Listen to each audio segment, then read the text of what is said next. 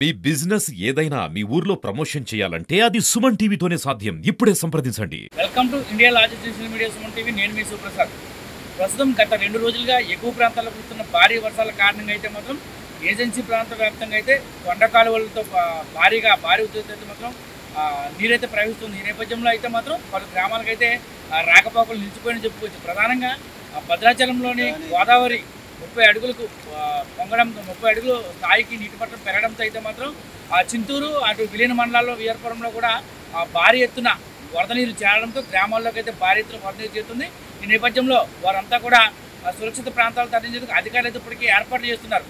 ఇప్పటికే ఏజెన్సీ ప్రాంత వ్యాప్తంగా ప్రధాన కొండ కాలువలు ప్రమాదకర వాగుల వద్ద పోలీస్ శాఖ ఆధ్వర్యంలో పోలీస్ పికెటింగ్ని పెట్టి ప్రమాదకర వాగులు దాటకుండా ఉండేందుకైతే మాత్రం ప్రత్యేక చర్యలు చేపట్టారు. అదేవిధంగా ఐటీడీఏ పిఓ స్థాయి అధికారులు కానీ ఆర్టీఓ కానీ ఇప్పటికీ విలీన మండలాల్లో ప్రమాదకర ఎక్కడైతే వాగులు ఎక్కువగా ప్రవహిస్తున్నాయో ఆ ప్రాంతంలో అలాగే విలీన మండలాల్లో కూడా తిరిగి ప్రజలను సురక్షిత ప్రాంతాలకు తరలించేందుకైతే ప్రత్యేకమైన చర్యలు ఏర్పాటు చేస్తున్నారు. అంటే ఇప్పటికే 2 రోజుల్లో కురిసిన భారీ వర్షాల కారణంగా అయితే మాత్రం పలు గ్రామాలకైతే రాకపోకలు నిలిచిపోవడంతో పాటు ప్రధాన రహదారులు కొన్ని చోట్ల గంటలు కొట్టాయి.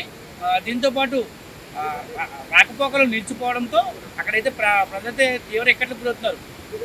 కొన్ని ప్రాంతాల్లో అయితే ఒక్కసారిగా వాగు దాటే ప్రయత్నంలో అయితే మాత్రం ఉపాధి కూలీలు దాటే ప్రయత్నం చేస్తున్నప్పుడైతే మాత్రం ఒక్కసారిగా వాగు ఉధృతి పెరగడంతో అక్కడైతే ఒకరి చేయి ఒకరు పట్టుకుని అయితే మాత్రం వాగు దాటే ప్రయత్నం అయితే చేశారు. అయితే ఇప్పటివరకు కూడా ఎటువంటి ప్రాణాపాయం ఎవరికి జరగకపోవడంతో కొంత ఊపి పీల్చుకున్నారు.